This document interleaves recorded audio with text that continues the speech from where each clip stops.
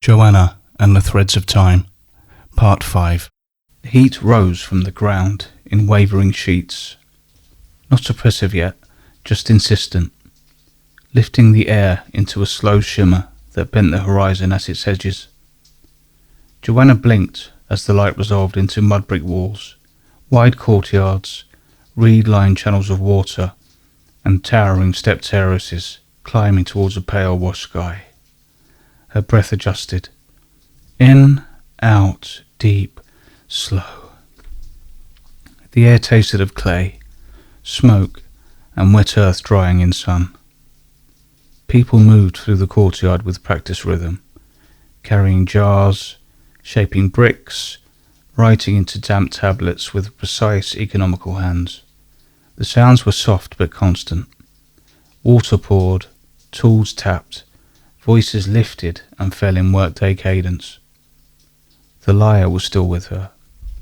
Its bare wood was warm now, almost hot at the outer edges, but the warmth did not feel borrowed from the sun.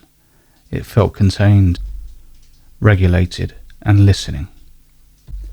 At the perimeter of her awareness, the cool blue steadiness gathered once more, distinct against the heat, shaping her orientation without ever becoming visible.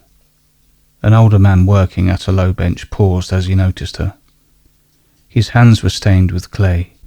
His eyes were sharp, with the kind of focus that spent its days shaping permanence from substances meant to crumble.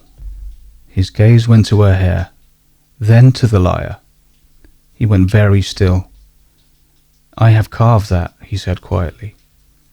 Joanna blinked. "This exact one?" "No," he replied, "but that form." He rose slowly and circled her with the same care he might give to a tablet that contradicted everything he thought he knew.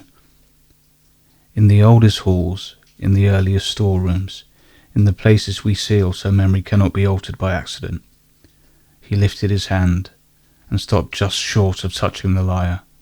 "It should not be walking," he murmured. Joanna gave a faint, breathless laugh. "It does tend to wander."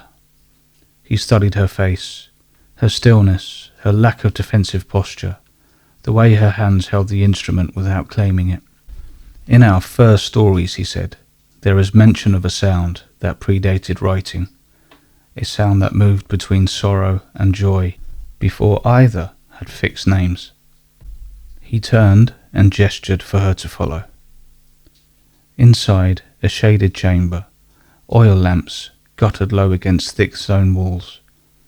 Tablets were stacked in careful rows. Carvings covered one entire surface, figures dancing, figures kneeling, figures shaping clay into figures again. And among them, unmistakable, even here, the same curved form happened again. The lyre, not identical in detail, but identical in listening.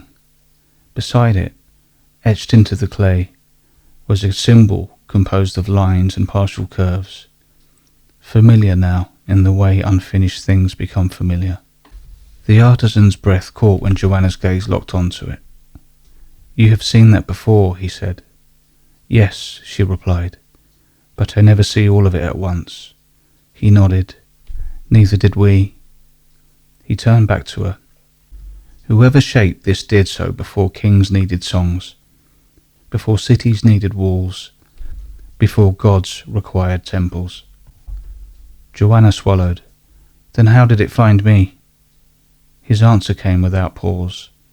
"It didn't find you, it returned."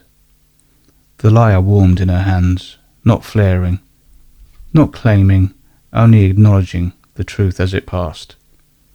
At the edge of the chamber, the blue steadiness gathered again. But his shoulders shifted, as if he felt a change in atmospheric weight. "You carry something with you that is not from our accounting of things," he said carefully. Joanna nodded. "It doesn't belong to me either." "That," he said softly, "may be the most trustworthy kind of belonging." She lingered only a few moments longer, standing between clay and heat and the impossible familiarity of a shape that history kept remembering before she could. When she stepped back into the open air, the light struck her hair into a deeper violet, and the liar's warmth followed her like a held note. She did not yet know how many layers of beginning she stood inside, but her breath stayed open. The heat of Suma did not vanish, it loosened. The shimmer of sun thinned into pale radiance. The weight of clay beneath her feet softened into something that felt more like intention than matter. Joanna's breath guided the shift. In, out, deep, slow.